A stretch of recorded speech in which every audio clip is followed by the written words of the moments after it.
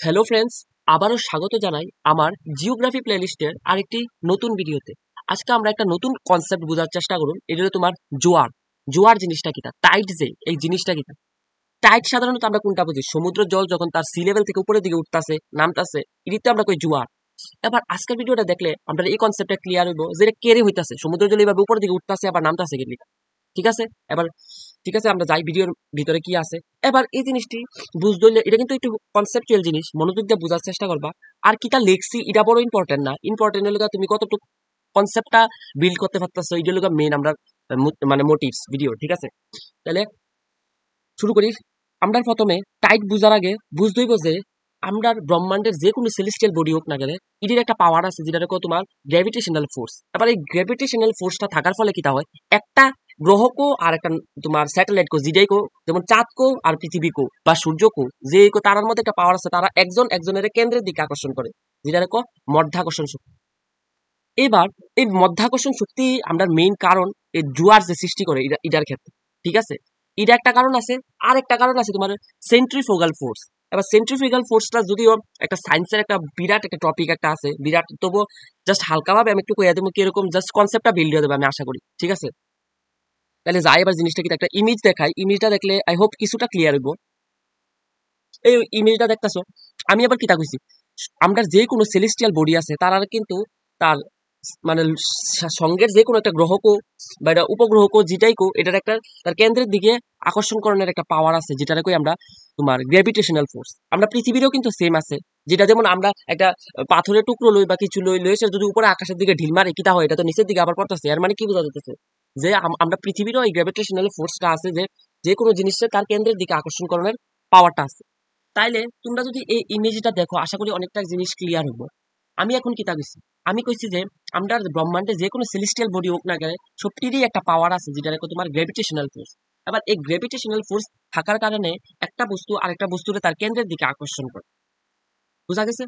এবার মনে করো আমরা চাঁদ আছে এখানে, এবার চাঁদেরও তো সেম আকর্ষণ বলটা আছে। এবার চাঁদ কিতা করে, আমরা পৃথিবীর মধ্যে যে জলের ভাগটা আছে, এই জলটারে তার কেন্দ্রের দিকে আকর্ষণ করতে থাকে, যার কারণে কিতা হয়, দেখবে সমুদ্রের এক সাইডে জল এভাবে উপরের দিকে উঠতে যায়, মানে উপর দিকে, মানে এটা কার কারণে হইতেছে, চাঁদের আকর্ষণ বলের কারণে। মনে করো এদিকে চাঁদ আছে, এবার এই সাইডটা, এই যে তোমার দেখতে পাচ্ছ সমুদ্র জল এরকম ভাবে উপর দিকে উঠতে যাবে সি লেভেল থেকে। তারপর আবার সেম ভাবে এই জায়গাটা তো তোমার সি লেভেল থেকে জল উপরের দিকে উঠতে যাবে। এবার এইটাই লগা তোমার, এই জায়গাটার লগা তোমার স্প্রিং টাইপ, উচ্চ জোয়ার যেন হইব, আবার এই জায়গাটা তো উচ্চ জোয়ার হইব। এবার তোমরা আমরা লিখা প্রশ্ন রইল গা, এদিকে তো আচ্ছা চাঁদের আকর্ষণ বলের কারণে পৃথিবীর মানে এই সমুদ্রের যে জলের স্তরটা উপরের দিকে উঠে গেছে চাঁদের কারণে, তাহলে এদিকেটা কি লিখা হচ্ছে, এদিকেটা এইদিকের যে জলের স্তরটা এটা উপরের দিকে উঠছে কেন? এবার অনেকের হয়তো বা কনসেপ্ট এমন হইতে পারে যে এদিকে তো সূর্য আছে, হয়তো বা সূর্যের আকর্ষণ বলে এতটুকু উপরে উঠে গেছে জলটা পৃথিবী পৃষ্ঠের স্তর থেকে। ঠিক আছে, কিন্তু শুধু সূর্যের কিন্তু এত পাওয়ার নাই, কারণ আমরা পৃথিবীর কাছে কেডা আছে এটা বুঝতে হইব। হয়তোবা সূর্য অনেক বেশি পাওয়ার, গ্র্যাভিটেশনাল পাওয়ার অনেক বেশি, বাট আমরা সূর্য কিন্তু পৃথিবীর থেকে অনেক দূরে। কিন্তু কাছে আছে কেডা, কাছে আছে চাঁদ, যার কারণে চাঁদের গ্র্যাভিটেশনাল ফোর্সটা বেশি কাজ করে আমরা পৃথিবীর উপরে। তাহলে আমি তো এই জায়গাটা বুঝতে পারতাছি যে এদিকে যে জলের স্তরটা উপরে উঠতেছে এটা চাঁদের কারণে হইতাছে, তাহলে এই সাইডে জলের স্তরটা উঠতেছে কেন? এই অক্ষণ যেটা পড়তাছে এটা কিন্তু আমরা হাই টাইড, মনে রাখো জিনিসটা কিটা, আমি হয়তো প্রথমে এটা কন আসলো, এটা দেখো হাই টাইড মানে উচ্চ জোয়ার, নিম্ন জোয়ার আরেকটা আছে, এটা আমরা অখনই পড়ব এই কনসেপ্টের পরে। তাহলে হাই টাইড কইলি হইতাছে এই এখনো চাঁদ আছে, চাঁদ পৃথিবীর যে জলের স্তরটারে এটা তার আকর্ষণ করতেছে, যার কারণে সমুদ্রপৃষ্ঠে জল উপরের দিকে উঠতে হইতেছে। ঠিক আছে, তো এই সাইডটা বোঝা গেছে। কিন্তু আবার এই সাইডটা দিয়ে কেড়ে হইতেছে, এটা কিন্তু সূর্য একলা দেয় না, সূর্যেরও কিন্তু আকর্ষণ বল আছে। ঠিক আছে, যে পৃথিবীর পৃষ্ঠের জলটারে তুলনায়, বাট চাঁদের মতো এত আকর্ষণ বল নাই, কারণ চাঁদ হইল পৃথিবীর কাছে, জিনিসটা বোঝার চেষ্টা করি। সূর্যের অনেক পাওয়ার, ঠিক আছে, গ্র্যাভিটেশনাল ফোর্স অনেক বেশি, বাট সূর্য পৃথিবীর থেকে অনেক দূরে। ঠিক আছে, আর চাঁদ আমাদের কাছে থাকায় চাঁদ সব থেকে বেশি আকর্ষণ বল প্রয়োগ করে আমরা পৃথিবীর উপরে। সমুদ্রের জল উঠতেছে, বোঝা গেছে, সমুদ্রের জল এদিকে উপর সি লেভেল থেকে উপরের দিকে উঠতেছে। ঠিক আছে, আবার এই জায়গাটা হাই টাইড বোঝা যাইতেছে, এদিকে জল স্তর উপরে উঠে যাইতেছে গা, তাহলে এদিকের যে জল স্তরটা এটা উপর দিকে উঠতেছে কেন? এই জিনিসটা বুঝতে হলে তোমরা আরেকটা জিনিস বুঝতে হইব, এটা হলো সেন্ট্রিফুগাল ফোর্স। সেন্ট্রিফুগাল ফোর্সটা কিটা, তোমরা একটা এক্সাম্পল দিয়ে জিনিসটা বুঝবা। ঠিক আছে, এবার মনে করো, দাঁড়াও আমি কালারটা একটু চেঞ্জ করে লই, ব্ল্যাকের উপর দেখা যেত না, হোয়াইট কালারটা লইছি। ঠিক আছে, এবার মনে করো এখানে একজন ব্যক্তি আছে, বোঝা গেছে, আমি যে ডটটা দিছি এখানে একজন ব্যক্তি আছে। ঠিক আছে, এবার তাই কেন্দ্রে দাঁড়াইয়া তাইনে একটা বলের একটা সুতা বাঁধছে, মনে করো এই গুলো একটা বলটার ভিতরে একটা সুতা বাঁধছে, বাইন্দা সেটা মিডলে দাঁড়া করে সুতা করে দাগ দিতে পারছি না, এর লেগে এক্সট্রিমলি সরি। মনে করো এনতিকা বল একটা বাইন্দা রাখছে, বাইন্দা কন্টিনিউ এভাবে ঘুরাইতেছে, আমার কার্সারটা দিকে লক্ষ্য করে এভাবে ঘুরাইতেছে, বুঝা গেছে? এবার কি তুইব, এবার যদি তুমি ভালো করে লক্ষ্য করো, এই যে বলটা, এই বলটা কিন্তু একটা একটা ফোর্স তৈরি করবে। কিরকম ফোর্স? মনে করো এটা এরকম গোল ভাবে ঘুরতেছে, ঠিক আছে? এবার ঘুরতেছে কি লিগা? কারণ এই যে সুতাটা দিয়া কিন্তু মনে করো এই যে ব্যক্তিটা বাইন্দা রাখছে বলটারে, এবার এই বলটা ঘুরতেছে, অন যদি কেউ কেচি দিয়া এই সুতাটা কাটটা দেয়, বলটার কি হইব? বলটা কি এই ব্যক্তির কাছে আইবনি? তোমার কি মনে হয়? আইতো না কিন্তু। কারণ বলের ভিতরে একটা ফোর্স কাজ করতেছে যখন ঘুরতেছে, বলটা হয়তো বা উপর দিকে যাবো গা, নয়তো বা এদিকে যাবো গা, নয়তো এদিকে যাবো গা, নয়তো এদিকে যাবো গা। যেদিকে কাটাটা হইব এদিকে যাবো, ঠিক আছে? এবার এই জিনিসটারই সেন্ট্রিফুগাল ফোর্স।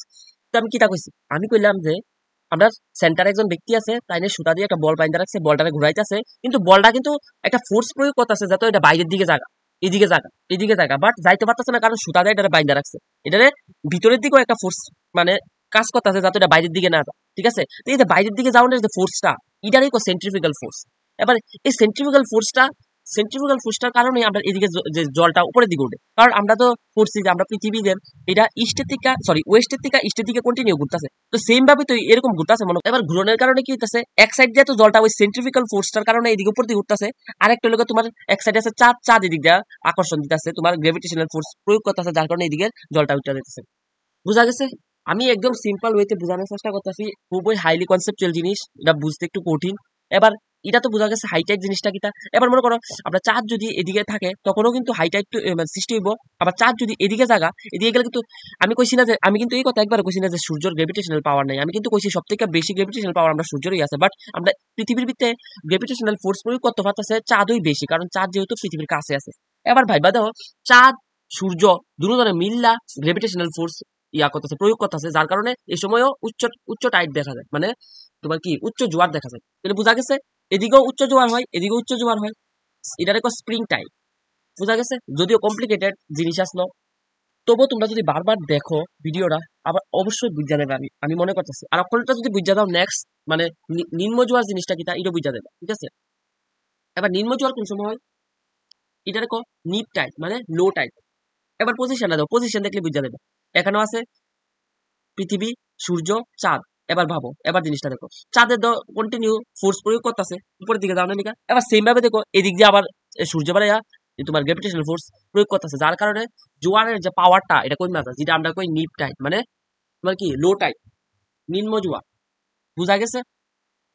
একটু কনসেপচুয়াল জিনিস আসলো, আশা করি তোমরা বুঝা লাইছো। এই জিনিসটা বুঝতে হলে ধরো আমরা মেইন কোনো এত কঠিন কিছু না, শুধু দুই তিনটা জিনিস যদি বুঝা যায় তাহলে কিন্তু আর কোনো প্রবলেম না। একটা হলো কি তা, একটা জিনিস কনসেপ্টটা মনে রাখতে হবে যে আমরা যে ব্রহ্মাণ্ডে যে কোনো জিনিস আছে সবটি বস্তুরই একটা মানে সবটি গ্রহকো, আর এটা স্যাটেলাইট কো, আর এটা তোমার যাইকো, এটার একটা পাওয়ার আছে, এটা গ্র্যাভিটেশনাল পাওয়ার। এই জিনিসটা বুঝতে হইব। আরেকটা হলো তোমার এই সেন্ট্রিফুগাল ফোর্সটা কিটা এটা বুঝতে হবে। এই দুইটা জিনিস যদি বুঝা যাও তাহলে তুমি জোয়ার জিনিসটা কিটা, হাই টাইট লো টাইট জিনিসটা কিটা আরামসে বুঝা যাবে, ঠিক আছে? আমি আমি আশা রাখতেছি এমন না যে 100% বুঝছো, আমি জানি 90% যদি বুঝা দাও, এক দুইবার যদি আরো এই ভিডিওটা না দেখে অন্য ভিডিও যদি দেখো তোমরা বুঝা দেবা, একদম ইজি একটা কনসেপ্ট, ঠিক আছে? আজকের লেগে এতটুকুই, দেখা হইতেছে পরবর্তী ভিডিও।